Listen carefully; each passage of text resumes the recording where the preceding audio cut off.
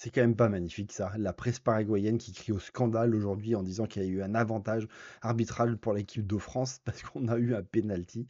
Je sais pas ce qui est le plus fou là-dedans en fait. Est-ce que c'est parce qu'ils pensent qu'il n'y avait pas penalty alors qu'il y a clairement vraiment deux fautes sur Doué et que vraiment il n'y a aucune contestation possible sur ce penalty-là, ou de penser que l'arbitre a inventé la France sur ce match aussi. Du coup, pour eux, c'est normal tout ce qui s'est passé à côté. Genre, il y a la presse du monde entier qui crie au scandale sur l'arbitrage de ce match aussi et sur le jeu dégueulasse de la part du Paraguay.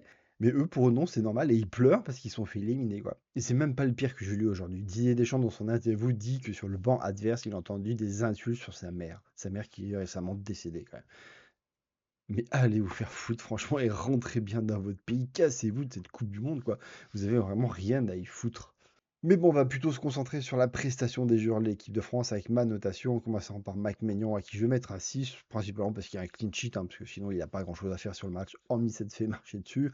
Je retiendrai surtout sa très bonne relance du coup sur Mbappé, qui peut quasiment finir en but, et son arrêt bien sûr à la 98 minutes, qui nous fait du bien. Sinon, non, le match est plutôt calme, les frappes qu'il a arrêtées sont des frappes qui sont assez lointaines ou très écrasées, donc ouais, pas vraiment mis en danger. Koundé, à qui je vais mettre un 5, un match où défensivement, il a plutôt assuré, pas grand-chose à lui reprocher. Lui aussi s'est pris quelques petites manchettes.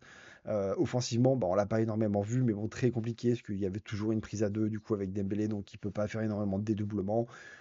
Il y a vraiment pas mal de monde, du coup, donc il était forcément obligé de rester derrière, et on a pu moins le voir déborder, puis essayer de centrer, donc voilà, pas forcément beaucoup d'apports sur ce match-ci.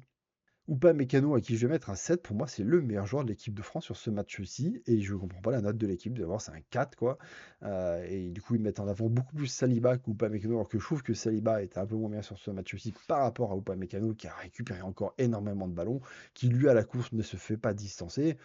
Et après, au niveau de la relance et au niveau de la construction, parce qu'il est arrêté très haut du coup avec Saliba pour aider du coup à faire tourner ce ballon, j'ai trouvé très intéressant. Donc pour moi, non, c'est toujours un taulier de cette équipe de France. C'est vraiment un des meilleurs défenseurs, si ce n'est le meilleur défenseur central du monde à l'heure actuelle. À ses côtés, Saliba, à qui je vais mettre un 6, parce que pour moi aussi, il fait une très belle prestation, même si je trouve que son vis-à-vis du coup. Cisco l'a pris quelques fois de vitesse, c'était un peu compliqué. Quelques mauvaises relances aussi qui auraient pu nous coûter cher. Mais au final, voilà, bon, on a quand même géré. Et au final, il y a quand même très peu d'action en face. Donc, encore un très bon match de notre charnière centrale. Sur le côté Digne, qui était un peu plus rassurant sur ce match aussi, offensivement, je l'ai trouvé un peu plus intéressant, même si avec Barcola, bah, ça a été un peu compliqué. Mais ça, j'y reviendrai sur Barcola. Défensivement, très bon aussi sur le côté. Il a quand même bien aidé Saliba. Très bonne récupération à la fin du match, là, dans les arrêts de jeu, qui nous fait un peu souffler, parce qu'on était un peu sous pression. Donc, voilà, match correct. Et je pense qu'on va continuer avec lui pour la suite. Au milieu de terrain, Koné, à qui je vais mettre un 5, ce sera à peu près la même chose pour Rabiot. Je trouve qu'on les a beaucoup moins vus que sur les matchs précédents, nos doublettes du milieu de terrain. Peut-être parce que bah, il y a moins de récupération à faire, mais dans la construction, je trouve qu'ils ont eu beaucoup de mal à trouver du coup nos attaquants et à construire, à essayer de faire sauter des lignes un peu. Et je pense clairement que même s'il connaît la capacité, lui, de prendre le ballon, de dribbler, d'arriver à apporter un peu de danger, bah, il l'a pas fait sur ce match aussi. Et j'aurais préféré avoir un Chouameni qui, lui, a l'avantage, par contre, d'avoir les frappes lointaines assez puissantes et cadrées. C'est surtout ça qui nous a manqué. Rabiot à ses côtés, à qui je vais mettre un 5 aussi, même constat. Et surtout, bah, lui, ses frappes, bah, elles n'ont pas été cadrées, elles étaient au-dessus, ce qu'on peut regretter. Il n'a pas eu l'abattage qu'il pouvait avoir sur les matchs précédents, donc un peu plus compliqué, mais bon, voilà. La physionomie du match le fait que c'était comme ça aussi. Chez les offensifs, Barcola, à qui je vais mettre un 4, pour moi c'était le moins bon des joueurs offensifs. Il n'a pas énormément apporté. Bon, très rapidement, il se prend un carton jaune qui fait que forcément c'était un peu plus compliqué pour lui. Mais du coup, par les dribbles et tout, on l'a très peu vu. Les seuls moments où on l'a vu, en fait, c'est les 5 dernières minutes quand il sait qu'il va sortir et qui, voilà, qui tente un peu plus sa chance et qui fait ses deux frappes. Sinon, on l'a quasiment pas vu sur le match. Au lycée au milieu, à qui je vais mettre un 5, lui aussi très compliqué, on a eu du mal à le voir, mais on pas mal de coups pris, donc du coup c'est vrai qu'il s'est un peu moins aventuré. Chaque fois qu'il a essayé de dribbler, il y a eu une prise à deux de fait sur lui, et il y a pas mal de ballons qui ont été perdus comme ça. Donc voilà, vivement les prochains matchs sur lesquels, à mon avis, il aura déjà un peu plus de liberté, parce que du coup la prise à deux sera un peu plus compliquée à faire si l'équipe en face fait pas un bloc bas, et du coup il aura un peu plus de liberté. Dembélé, à qui je vais mettre un 5, lui aussi match compliqué, pas mal de ballons perdus du coup sur son côté. Très régulièrement la prise à deux aussi, et c'est surtout quand il arrive à dribbler le premier, bah, il y a le deuxième lame qui tombe pour lui récupérer le ballon derrière. Pas forcément aidé par Koundé, je trouve qu'il y a pas beaucoup dédoublé avec lui, qui lui a pas apporté énormément de solutions, là où Digne a peut-être un peu plus apporté offensivement, mais bon, ça c'est habituel entre deux latéraux. Et puis Mbappé, à qui je vais mettre un 5 aussi, parce que bon, certes, il y a le penalty, mais sinon, on n'a pas vu énormément Mbappé. Il a dû redescendre régulièrement pour récupérer le ballon. Sur la contre-attaque de Maignan, bah, il n'y a pas le but. Et deuxièmement, en plus, bah, il y a un contrôle de la main. Donc même s'il y avait eu but derrière, il aurait été annulé par la VAR pour moi.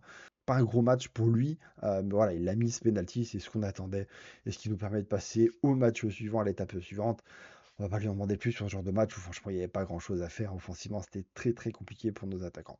Et enfin Didier Deschamps, à qui je vais mettre un 7 sur ce match-ci, parce qu'il a le mérite du coup vraiment de préparer ses joueurs sur ce genre de match. Ils n'ont pas dégoupillé, il a réussi à les calmer tout au long. Je pense que le discours à la mi-temps, il est très bon aussi pour arriver vraiment à les canaliser, à les faire rester concentrés sur ce match pour pas qu'il se passe un dégoupillage d'un de nos joueurs pour se prendre des cartons rouges à la con. Bon, on a quand même pris des cartons jaunes qui peuvent être problématiques par la suite parce que du coup, si on prend des cartons jaunes contre le Maroc, bah, il y a des suspendus en demi-finale. Les changements sont très intéressants parce que, bah, de toute façon, Doué, rien à dire. Hein, il rentre tout de suite, il amène deux actions très très chaudes. La première, bon, il n'y a pas faute qui siffle sur lui, mais sur la deuxième, c'est le penalty.